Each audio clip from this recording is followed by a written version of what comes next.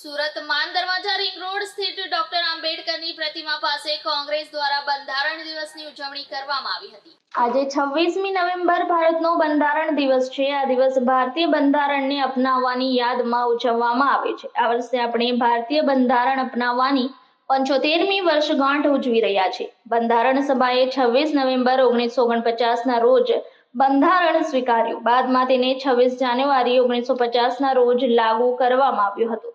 સામાજિક ન્યાય અને અધિકારિતા મંત્રાલયે 19 નવેમ્બર 2015ના રોજ એક નોટિફિકેશન બહાર પાડ્યું હતું। એવું કહેવામાં આવ્યું હતું કે 26 નવેમ્બરને દર વર્ષે બંધારણ દિવસ તરીકે ઉજવવામાં આવશે। તેનો હેતુ નાગરિકોમાં બંધારણીય મૂલ્યોને પ્રોત્સાહન આપવાનો માર્ગ તરીકે ઉજવવાનો છે।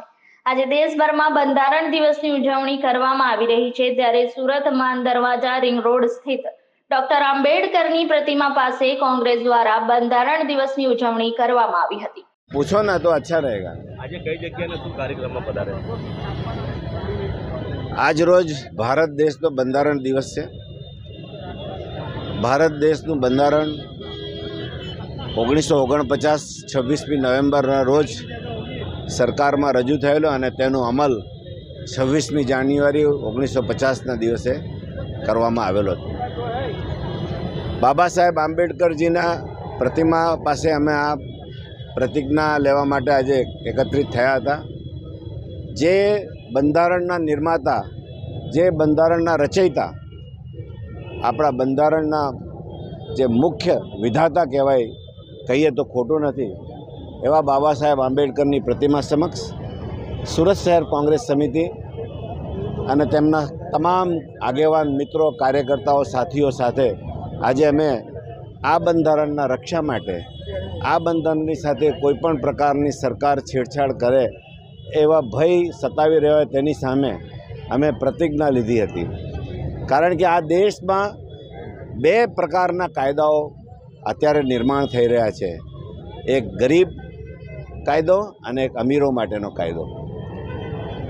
અને આપ જોઈ શકો છો કે ચીફ જસ્ટિસ ઓફ ઇન્ડિયા, જે અત્યારે ચંદ્રચૂડ, જેને આપણે ખૂબ મહાન, ખૂબ એને શું કહે કે ન્યાયનો વિધાતા કહેતા હતા, તે વ્યક્તિએ પણ એવું સ્ટેટમેન્ટ આપવું પડ્યું કે ચીફ જસ્ટિસ, સુપ્રીમ કોર્ટના જજોએ રાજકારણમાં જોડાવું ના જોઈએ। એ કોઈક અંશે ઇશારો કરે છે।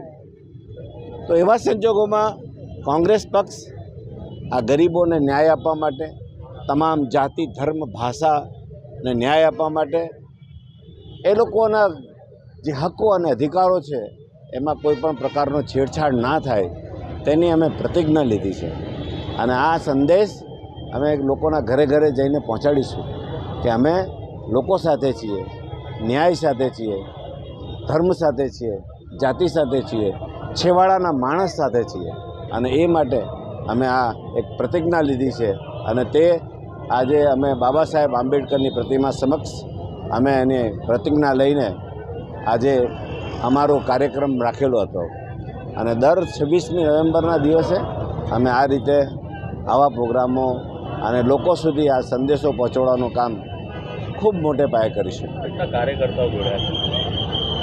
નંબર ઓફ કાર્યકર્તાનું તો તમે વાત નહીં કરી શકો, પણ તમે જો પહેલાં આવ્યા હોત તો જોઈ શકાતું હતું કે ખૂબ મોટી સંખ્યામાં કાર્યકર્તાઓ હતા, મોટી સંખ્યામાં કાર્યકર્તાઓ હતા।